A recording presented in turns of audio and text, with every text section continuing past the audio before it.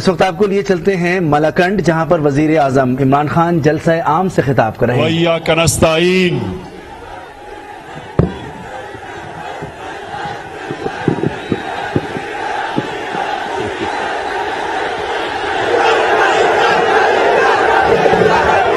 ابھی تو تقریر شروع ہی نہیں میں نے کی۔ سب سے پہلے ادھر انتظامیہ کو میں کہوں گا کہ لوگ باہر کھڑے ہوئے ہیں، ان کو اندر آنے دے، دروازے آپ نے بند کیے ہوئے ہیں۔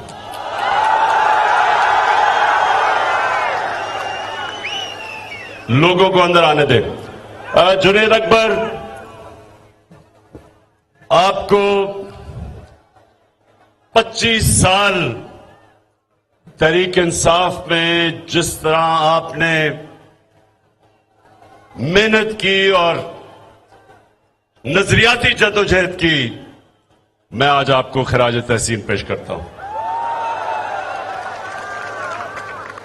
میں درگئی، اب نوجوانوں، آپ نے آرام سے اب میری بات سننی ہے۔ مجھے پتا ہے کہ 11 بجے سے آپ یہاں آئے ہوئے ہیں، اور میں محمود خان آپ کو، وزیر اعلیٰ صاحب آپ کو یہ کہنا چاہتا ہوں کہ آگے سے لوگوں کو صرف تب ٹائم دیں، 1 گھنٹہ پہلے ٹائم دیں، تاکہ اگر 11 بجے ٹائم دینا ہے تو میں 12 بجے آ جاؤں، اتنی دیر لوگوں کو انتظار نہ کروائیں۔ اچھا درگئی، پہلے تو آپ کا بلدیاتی الیکشن ہو رہا ہے، انشاءاللہ مجھے پوری طرح امید ہے کہ درگئی کے باشعور نوجوان اور بزرگ اس جماعت کے ساتھ اب چلیں گے جو پاکستان کے ساتھ کھڑی ہے، جو اس ملک کی ایک آزاد فارن پالیسی کے ساتھ کھڑی ہے، اور جو چوروں کے ساتھ کے خلاف کھڑی ہے۔ انشاءاللہ اب وہ چلیں گے، مجھے پورا یقین ہے۔ لیکن نوجوانوں، آج جو اہم میں بات کرنے آیا ہوں، اور آپ نے بڑی غور سے آج میری بات سننی ہے، کیونکہ کبھی کبھی قوموں کی زندگی میں فیصلہ کن وقت آتا ہے جب قوم کے سامنے 2 راستے آ جاتے ہیں۔ میرے پاکستان کے نوجوانوں، ہم نماز میں صرف ایک چیز مانگتے ہیں۔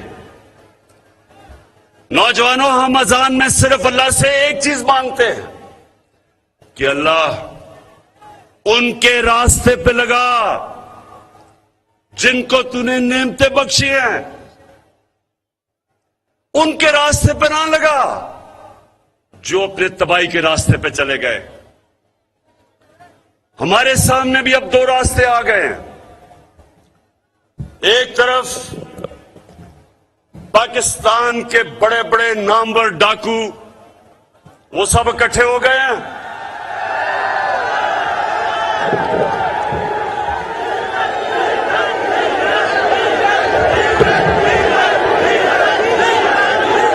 اور دوسری طرف وہ لوگ ہیں جنہوں نے 25 سال ان ڈاکوں کے خلاف جدوجہد کی ہے۔ ملک میں فیصلہ کن وقت آ گیا۔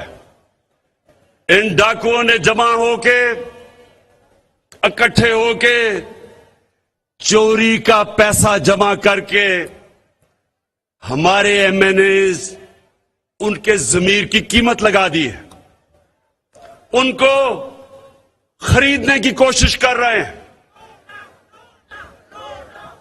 ان کو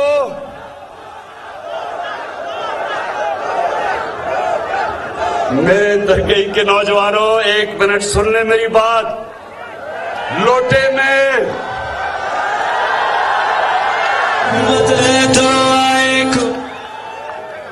ایک لوٹے میں، پھر سے سن لیں، ایک ہوتا ہے لوٹا، اور ایک ہوتا ہے ضمیر فروش جو اپنا ضمیر بیچتا ہے. ان میں فرق ہوتا ہے. جو لوٹا ہوتا ہے نا وہ جدھر اقتدار ہوتا ہے ادھر اس کا منہ چلا جاتا ہے. لیکن جو ضمیر فروش ہوتا ہے وہ پیسے لے کے اپنا سودا کرتا ہے, اپنے ملک کا سودا کرتا ہے, اپنی جمہوریت کا سودا کرتا ہے, اپنے دین کا سودا کرتا ہے. اور اس کا دین جو بھی دین ہو, چاہے وہ کرسچن ہو, چاہے وہ ہندو ہو, کوئی بھی اللہ کا دین آپ کو اجازت نہیں دیتا اپنے ضمیر کو بیچنے کے لیے. سو یہ جو ہو رہے ہیں اس وقت, یہ لوٹے نہیں ہو رہے, یہ اپنے ضمیر کے سودے کر رہے ہیں ساری قوم کے سامنے. ہمارے ملک کی عدلیہ بھی دیکھ رہی ہے, ہمارے ملک کی الیکشن کمیشن بھی دیکھ رہی ہے, اور جو ہمارے ملک کا نوجوان ہے وہ بھی دیکھ رہا ہے. آج کل درگاہ کے نوجوانوں, آج کل سوشل میڈیا کا زمانہ ہے. آج کل بچوں کے اندر وہ شعور ہے جو ہمارے بڑے بڑے بزرگوں میں نہیں ہوتا تھا. آپ کے موبائل فون کے اوپر وہ چیزیں اب آپ کو, وہ نالج, وہ انفارمیشن جو آج آپ کو ملتا ہے وہ انسانی تاریخ میں کبھی بچوں کو بھی نہیں ملتا تھا.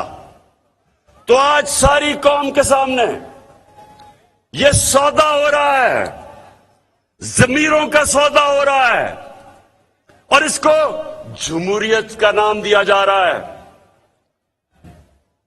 درگاہ کے میرے نوجوانوں اور جو بھی پاکستان میں میرا یوتھ جو اس ملک کا مستقبل ہے وہ دیکھ رہا ہے, میں نے اپنی زندگی کی 20-25 گرمیاں برطانیہ میں گزاری جب میں کرکٹ کھیلتا تھا, پڑھتا تھا. ہم نے برطانیہ سے یہ نظام لیا ہے جمہوریت کا. میں نے نوجوانوں اپنی ساری 20-25 سال میں کبھی سنا ہی نہیں کہ وہاں کا کوئی ممبر پارلیمنٹ اپنے ضمیر کا سودا کرے.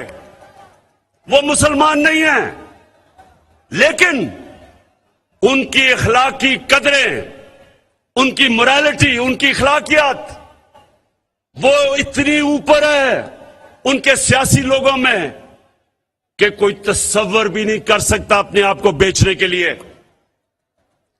کوئی تصور بھی نہیں کر سکتا کہ اپنے ملک کو بیچے, اپنی جمہوریت کو بیچے, کیونکہ وہاں ان کو پتا ہے کہ کوئی جگہ نہیں ملے گی معاشرے میں ان کو, ان کی سیاست ختم ہو جائے گی. تو آج میں ساری اپنی قوم کو کہتا ہوں کہ یہ وہ ٹائم آ گیا ہے کہ آپ فیصلہ کریں. اب کدھر کھڑے ہیں؟ قرآن کی آیت ہے, درگاہ کے نوجوانوں, اللہ نے قرآن میں ہمیں کہا ہے امر بن معروف و نہی عن المنکر. کیا مطلب ہے اس کا؟ کیا مطلب ہے؟ مطلب نہیں تو ابھی آپ کو سب کو مطلب پتا چل جائے گا. اس کا مطلب ہے کہ اللہ نے ہمیں حکم دیا ہے کہ اچھائی کے ساتھ کھڑے ہو اور برائی کے خلاف کھڑے ہو. اللہ نے ہمیں یہ نہیں کہا کہ تم نیوٹرل رہ جاؤ, نہ ادھر نہ ادھر. اللہ نے حکم دیا ہے اگر آپ نے اپنے معاشرے کو بچانا ہے اور اوپر عظیم ملک بنانا ہے تو آپ نے بدی کے خلاف کھڑے ہونا ہے, جہاد لڑنی ہے. جب کھلے عام سندھ ہاؤس کے اندر بند کر کے ایم این ایز کو سندھ کی پولیس لا کے پہرا دے اور بوریاں پیسے کی آئیں اور جمہوریت کا جنازہ نکالا جائے تو ساری قوم کے اوپر لازم ہو جاتا ہے کہ وہ کھڑے ہوں